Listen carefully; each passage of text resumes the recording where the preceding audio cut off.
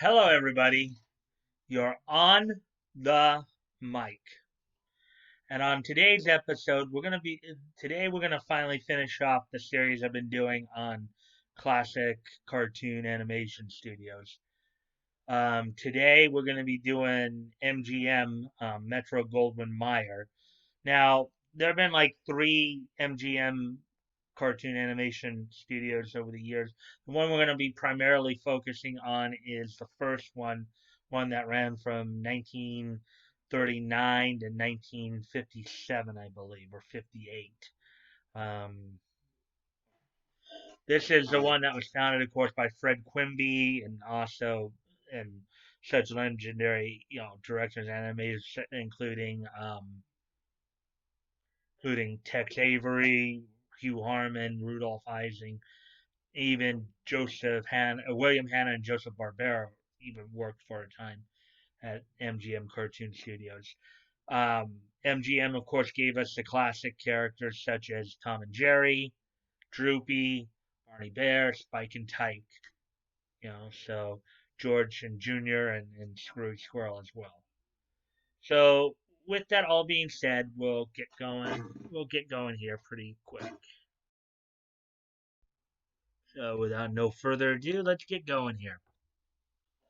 The Metro Goldwyn Mayer Cartoon Studios, also known as MGM Cartoons, was the in-house division of Metro Goldwyn Mayer Film Studio in Hollywood, responsible for producing animated shorts to accompany MGM feature films in Loew's theaters, active from 1937 until 1958. The cartoon studio created some popular cartoon characters, including Tom and Jerry, Droopy, and Barney Bear. Of course, this is also the studio that is well known um,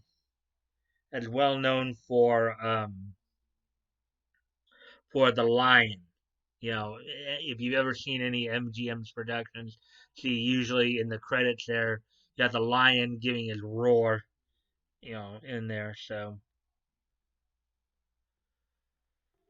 prior to forming its own cartoon studio, MGM released the work of independent animation producer Ub Iwerks and later um, the Happy Harmony series from Hugh Harmon and Rudolph Ising.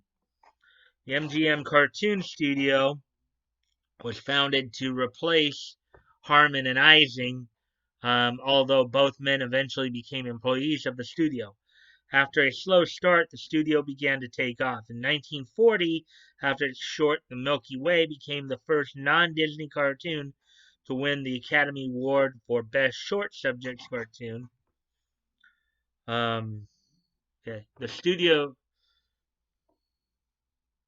The studio's roster of talent benefited from the exodus of animators from Warner Brothers Cartoons and Disney Studios, which were facing issues with union workers. Originally established and run by executive Fred Quimby, in 1955, William Hanna and Joseph Barbera, the writer-directors of the Tom and Jerry cartoons, became the heads of the studio. The cartoon studio was closed on August 1st, 1958, at which time Hanna-Barbera took much of the staff to form their own company, Hanna-Barbera Productions.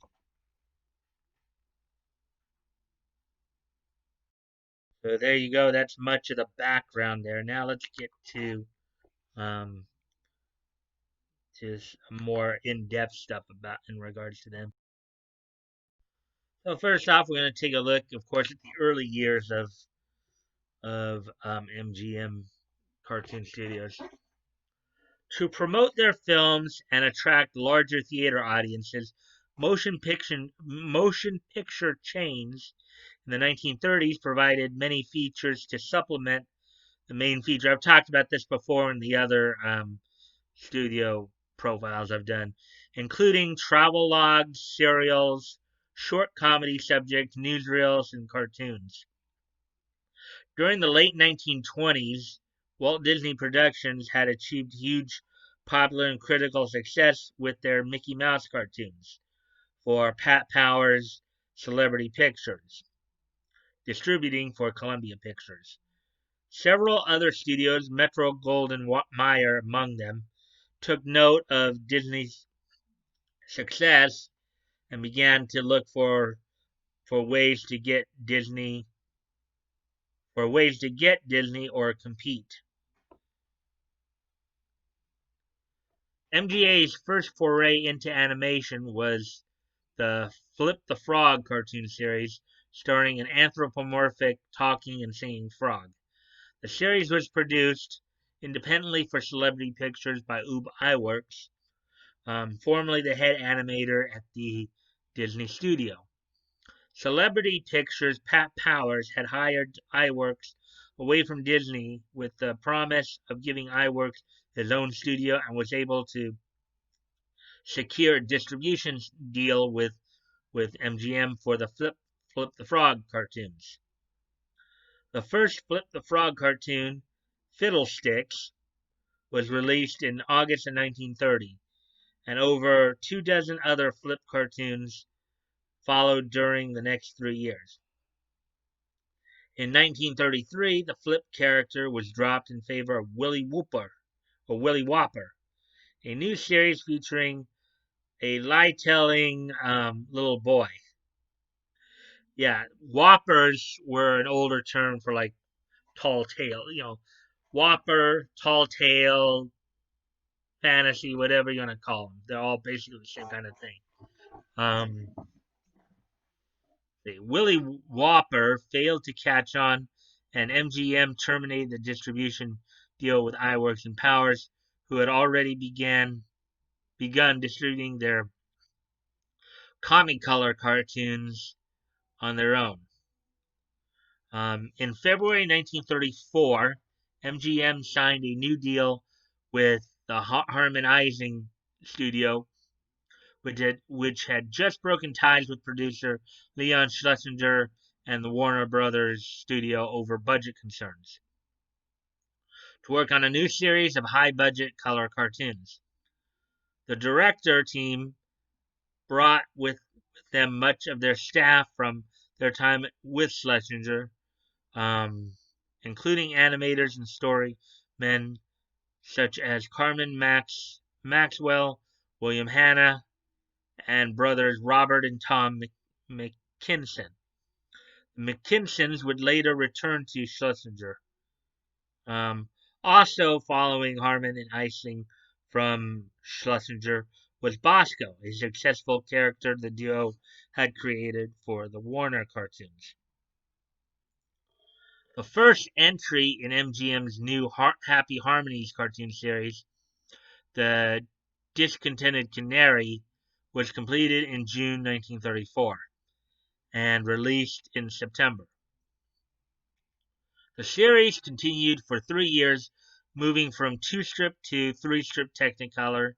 In 1935, Happy Harmonies canon included a handful of entries starring Bosco, who by 1935 had been redesigned from an ambiguous ink spot character into a discernible little African American boy.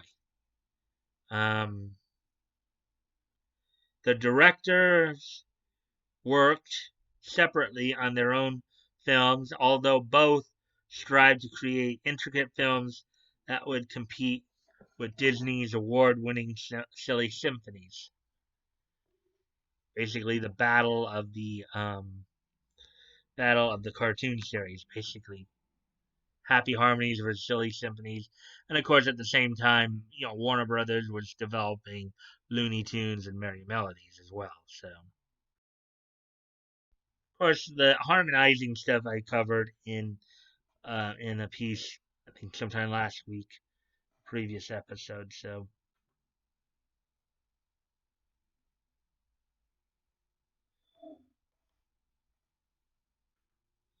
okay. However, budget problems threatened to plague Harmon and Ising a second time. Happy Harmonies cartoons regularly ran over budget, and Hugh Harmon paid no heed to MGM's demands that he reduce the cost of the shorts. Yeah, Harmon and Ising didn't care They wanted to get the best cartoons out there. They didn't care how much money they spent, even though it was other people's money they were spending. So, sound familiar? Um, MGM retaliated in February 1937 by deciding to open their own cartoon studio and hired away most of Harmon Ising's staff to do so. The final Happy Harmony short, The Little Bantamweight, was released in March 1938, and Harmon and Ising went on to establish a new studio, do freelance animation work for Disney, only to come back.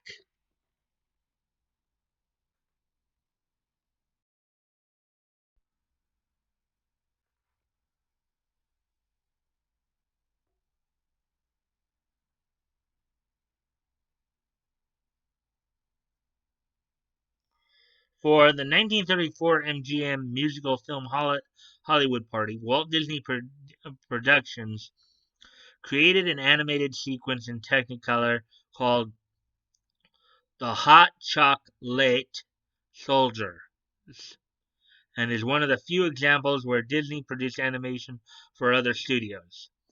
The movie also contained a sequence with Jimmy Durante interacting with an animated Mickey Mouse. In 1936, Disney animators who were overworked with Snow White and the Seven Dwarfs, and the Harmon Ising Studio provided artists to work on the feature and the Silly Symphonies short Merbabies in exchange for artist training.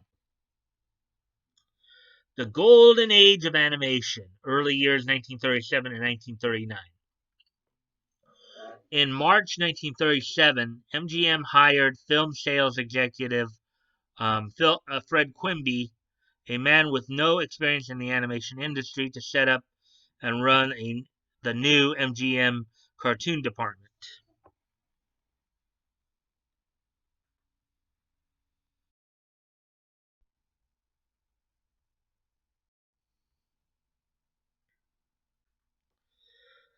Okay. Among the holdovers from the Harmon Ising regime, William Hanna and Bob Allen were appointed as directors, and Carmen Maxwell became the production manager. Quimby raided every major American animation studio for talent, extracting artists, directors, and writers from studios such as Friz Frayling from Leon Schlesinger Productions. Of course, Friz Frayling would go on to co-create, co-found DePatie Frayling. Emery Hawkins from Screen Gems, and much of the top staff from Terrytoons: Joseph Barbera, Jack Zender, Ray Kelly, Dan Gordon, George Gordon, and others. Terrytoons, the studio that gave us like Mighty Mouse and Heckle and Jekyll. After spending some time headquartered in a nearby house, the new MGM cartoon studio at Overland Avenue and Montana Avenue opened its doors on August 23rd, 1937. Although it boasted a brand new facility and good directors, the MGM Cartoon Studios' first series was a failure, The Captain and the Kids, adapted from Rudolph Dirk's Katzenjammer Kids characters. Was licensed by MGM without input from its then forming creative staff. Frayling, Hanna, and Allen, assigned to direct the Captain and the Kids cartoons, were unable to translate the Katzenjammer humor into animation, and the series folded after 15 episodes. Only 2 of the Captain's and Kids shorts were produced in Technicolor. The other 13 were produced in black and white and released in sepia-toned prints. Harmon and Ising returned 1938 to 1942. MGM brought in established newspaper cartoonists such as Milt Gross and Harry Hirschfield in an attempt to both bolster the Captain and the Kids product and create original properties for MGM. But both cartoonist features at the studio were short-lived. Gross managed to complete 2 cartoons, Jitterbug Follies and Wanted No Master, with his characters Count Screwloose of Toulouse and J.R. the Wonder Dog, while Hirschfeld completed no cartoons. In October 1938, Quimby, coming full circle, hired Hugh Harman and Rudolph Ising as the new creative heads of the studio, acting as both directors and producers and in charge of many of the employees who had defected from Harman Ising a year before. Among Ising's first new cartoons for MGM was 1939's The Bear Who Couldn't Sleep, the debut appearance of Barney Bear, a lumbering anthropomorphic bear based upon both Wallace Beery and Ising himself. Barney Bear would become MGM's first original cartoon star, regularly featured in cartoons until 1953. And many of you have seen those cartoons on many MGM collective classics, as syndicated throughout our lifetime, and even on more recently Cartoon Network and Boomerang Network.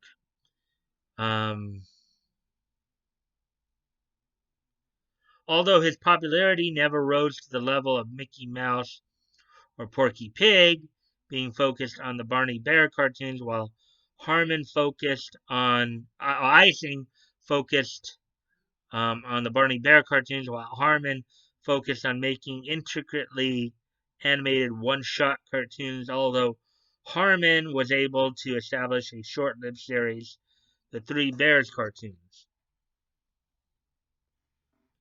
At this time, Harman created his masterwork, Peace on Earth, released during the holiday season of 1939, immediately after the outbreak of World War II in Europe.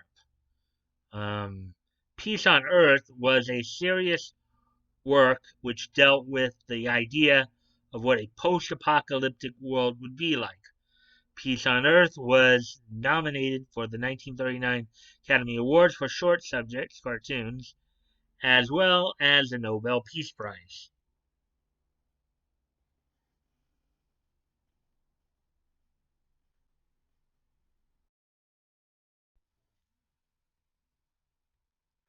Hanna-Barbera, Tom and Jerry, 1939 to 1957.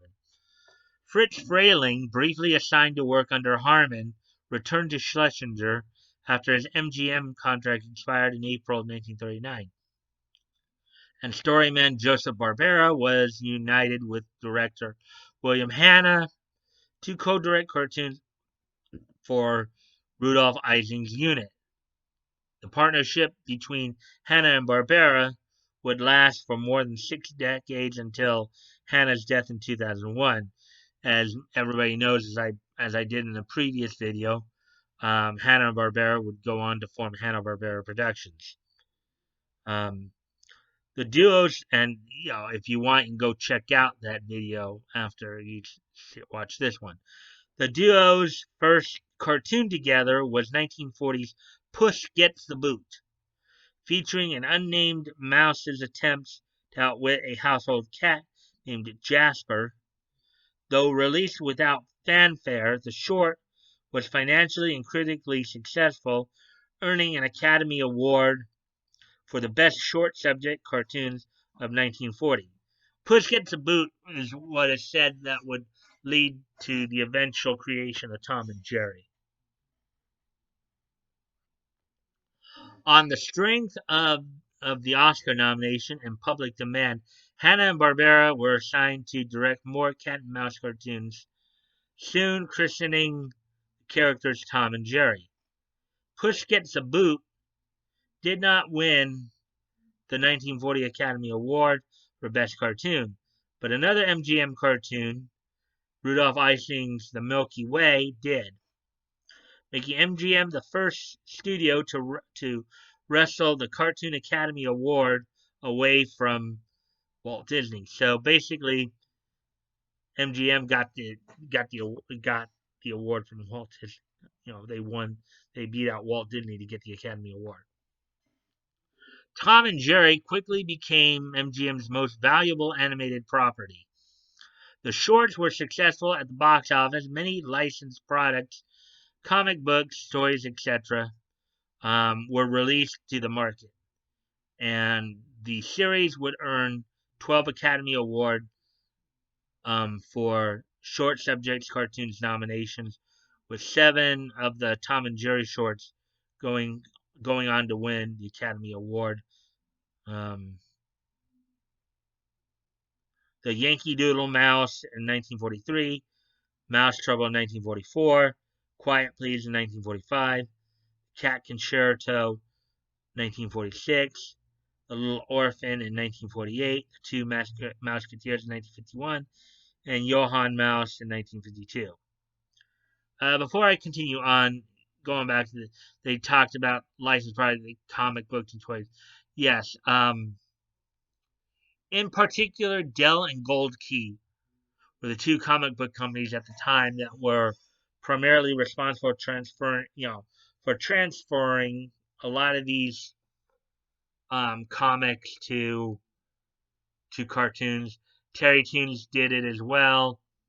Harvey Comics was established based on, as I talked about yesterday, the other day with Harmon Ising, as well as um, Famous Studio, when I talked about Famous Studios.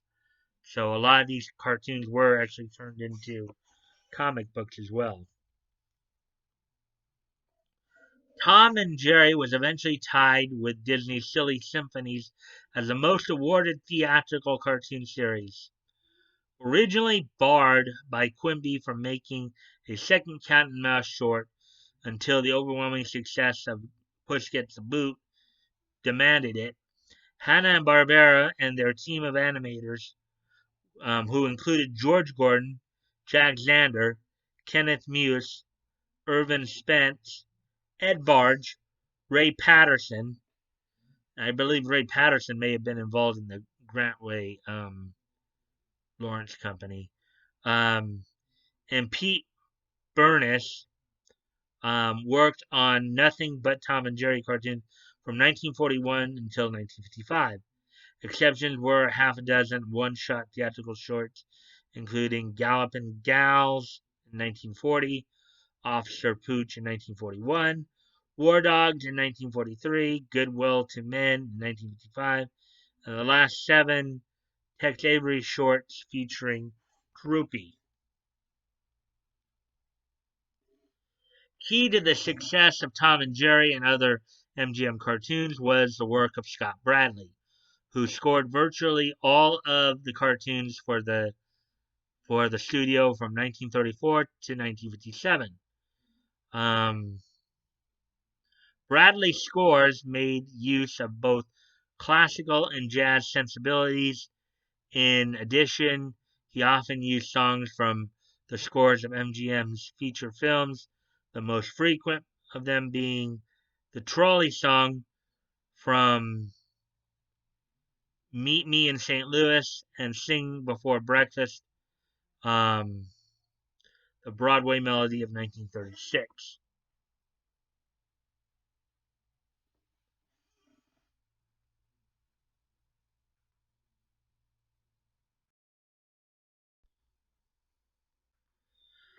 Tex Avery, 1941 to 1953.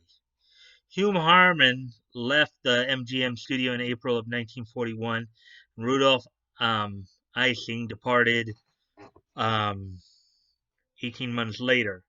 George Gordon took over Ising's department, continuing work on Barney Bear cartoons, but only completed 3 cartoons before he left the studio in 1953. In Harman's place, Quimby hired Tex Avery, an animation director known for his wild comedic style, at the Schlesinger studio. Avery's first short for MGM was the World War II parody Blitzwolf, which was nominated for the 1942 Academy Award for Short Subject Cartoons. While Avery had revolutionized cartoon humor at Schlesinger's, um, he went several steps further in his MGM works. Of course, a lot of these works, Boomerang Network would feature a lot of Tex Avery's works on the Tex Avery show. Um, Avery exaggerated his characters and situations wildly, and was noted for the precise and hard-edged timing of his gags.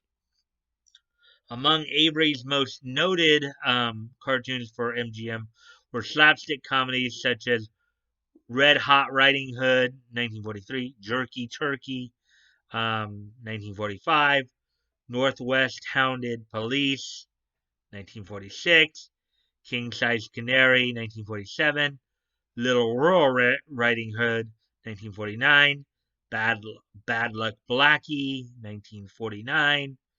While Avery preferred to focus on gags instead of characterization, he established several popular MGM cartoon characters, including Screwball Screwy Squirrel, the Of Mice and Men derived pair of George and Jr., and his best known character, Droopy. Droopy, voiced by Bill Thompson, aka Wallace Wimple on NBC's radio's Fibber McGee and Molly show, um, debuted in 1943 with Dumbhounded. He appeared in several more Avery cartoons, including Northwest Hounded Police, before being officially given his own series in 1948 with Senor Droopy. Everybody knows Droopy. Droopy, the famous Droopy looking dog.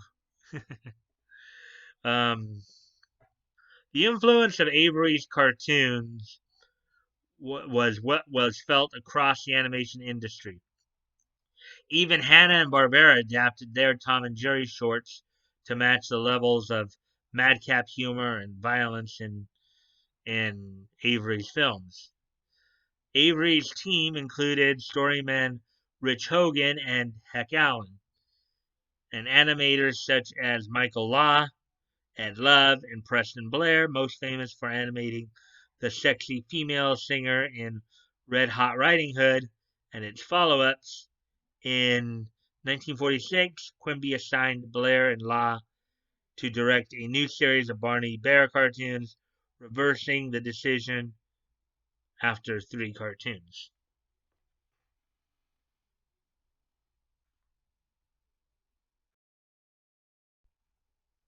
1950 CinemaScope. Tex Avery was a perfectionist. He worked extensively on his film stories and gags, revised his animators' drawings, and was even known to cut frames out of the final Technicolor answer print if he felt a gag had been animated too softly. The strain of overwork caused Avery to quit MGM in May 1950 after completing Rockabye Bear, not released until 1952 because of MGM's cartoon backlog.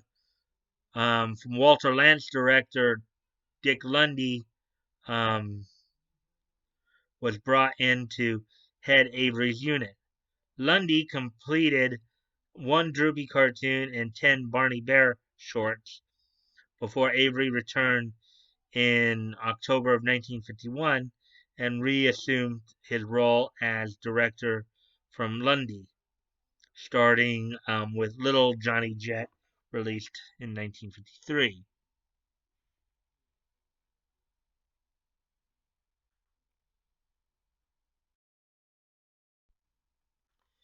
Avery directed 11 more cartoons for MGM, many of them showing the heavy influence of the style of the newly popular UPA studio in their designs.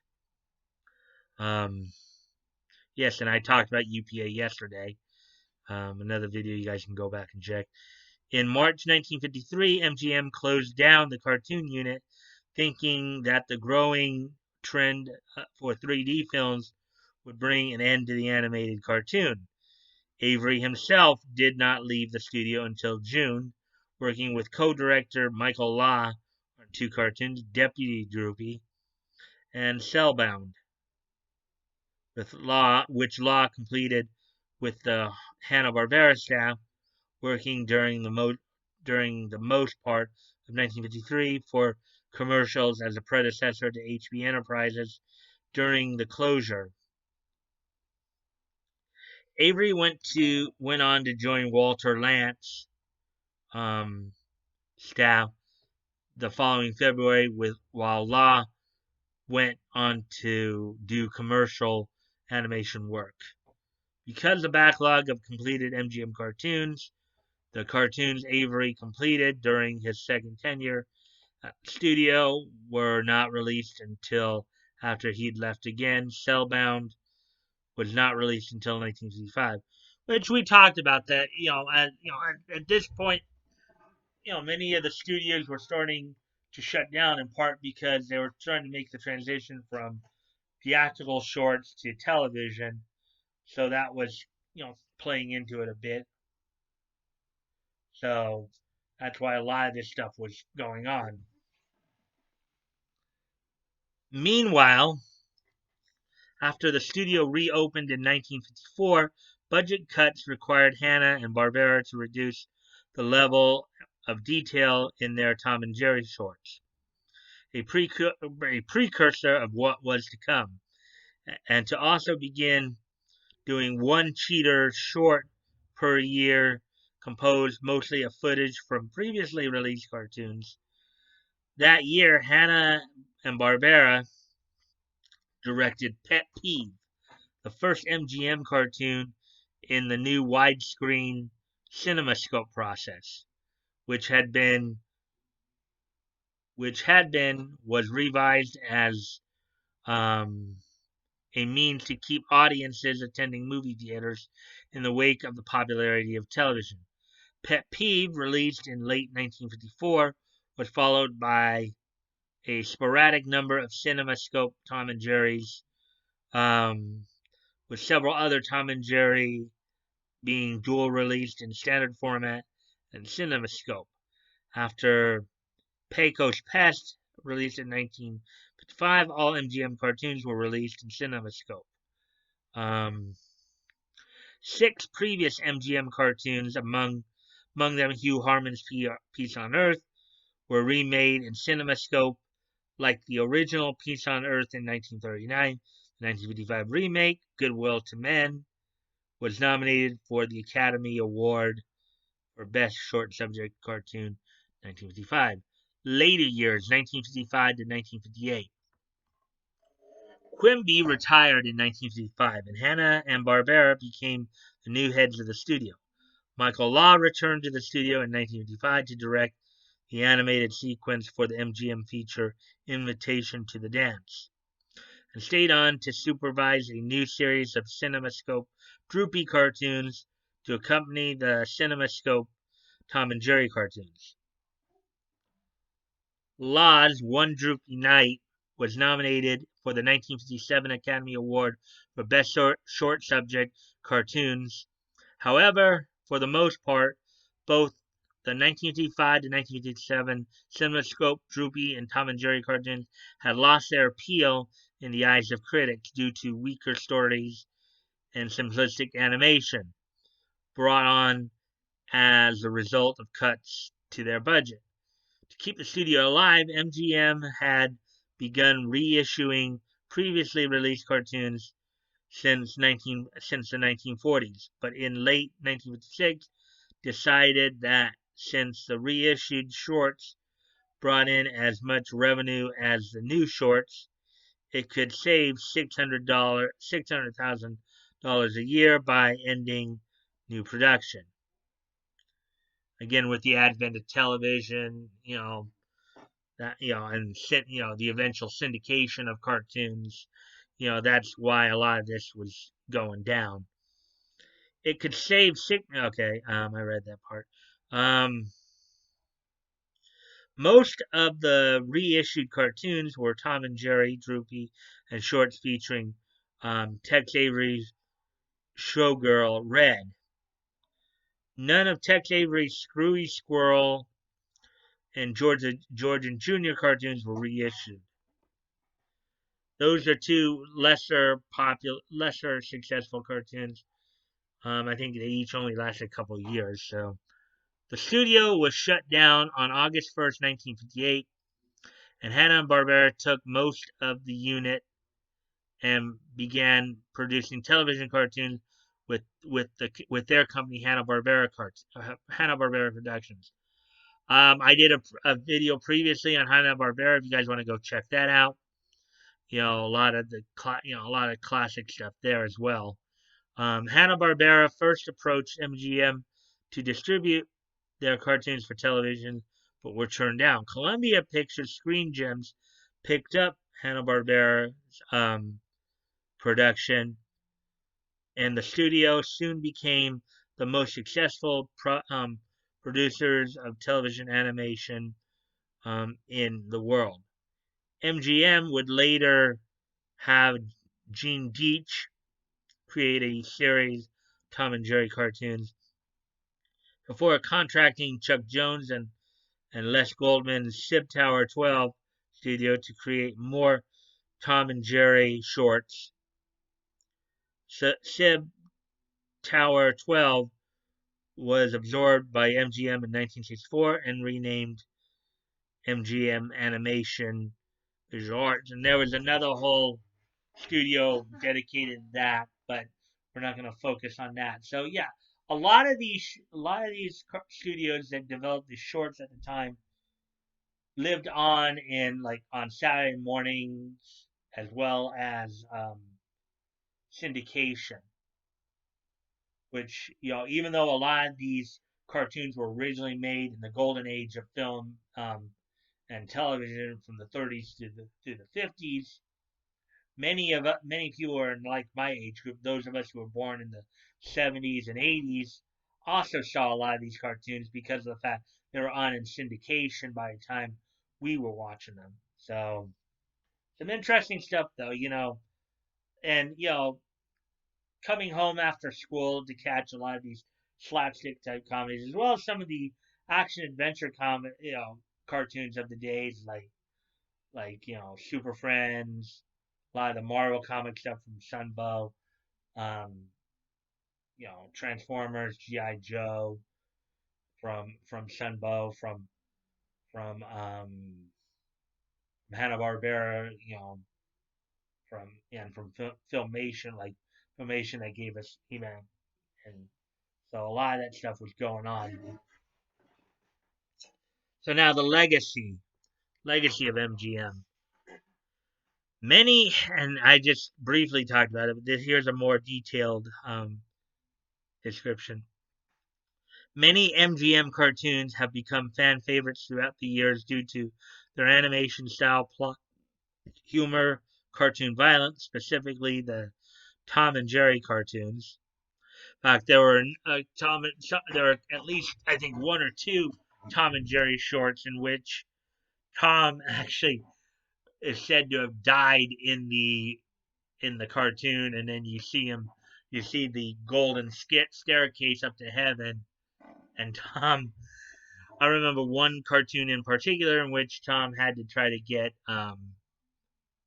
Jerry to sign a contract that he forgave him, and I'm sure many of you have seen that cartoon before. Music and at times sexual innuendos with regards to shorts starring Red Hot Riding Hood. Individual shorts such as To Spring, 1936, and The Dot and the Line, 1965, have been acclaimed for their artistic designs, while others such as Screwball Squirrel, 1944, and King Size Canary, 1947, are celebrated for their sheer lunacy.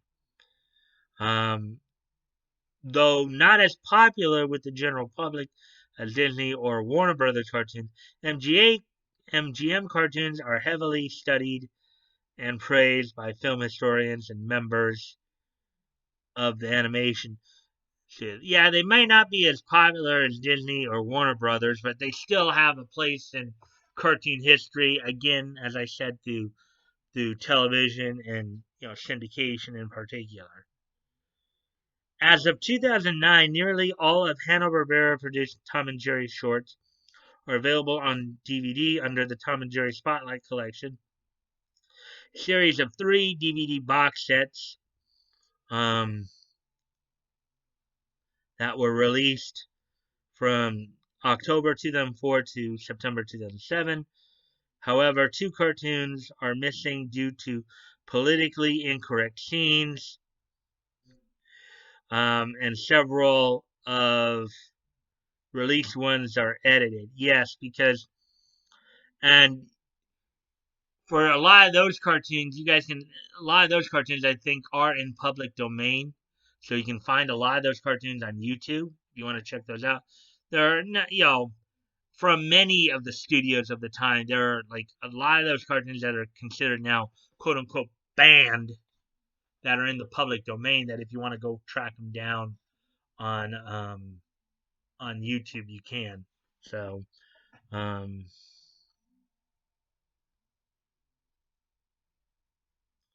Warner Home Video would later release the Tom and Jerry shorts as part of the Tom and Jerry Golden Collection series of DVD and Blu-ray box sets, which started with the first volume being released October 25th, 2011, with the shorts being presented uncut, restored, remastered in chronological order, and for the Blu-ray version in 1080p high definition. Moreover, the 2-disc collection of all of Droopy's cartoons was released in May 2007. Rumors have floated around for years of a box set consisting of Tex Avery's MGM work, but nothing has been released besides the Spotlight and Golden box sets for Tom and Jerry and Droopy collection in the United States. Although all of Tex Avery's cartoons were released on DVD in France through Warner Home Videos. So that's pretty much the gist of all that. That's pretty much the history of MGM. As I said, this is going to be more or less the last of these profiles I do. I hope you guys have been enjoying them. Um, at least to go back and look through some classic stuff. Okay, so with all that being said and done, um,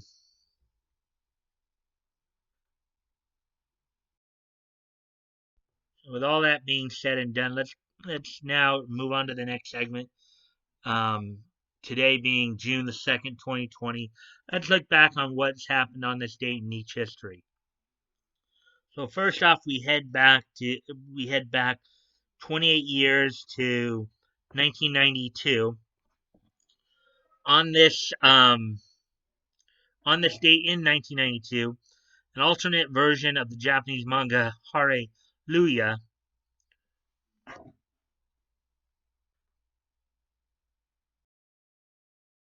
as I was starting to say,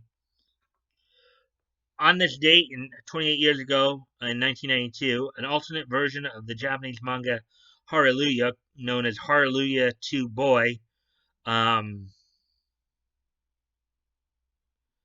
was made its debut on this day, serialized in Weekly Shonen Jump. On this date in 1992, the alternate version of Hallelujah, the manga Hallelujah 2 Boy, was serialized in Shonen Jump, beginning on this date in 1992. And also, on this date 7 years later, in 1999, which was 21 years ago today, um, the debut issue of 100 Bullets went out on the newsstands. DC Comics released that on its Vertigo imprint. On this date in 1999, the the first issue of 100 Bullets made its debut on um on the state in 1999.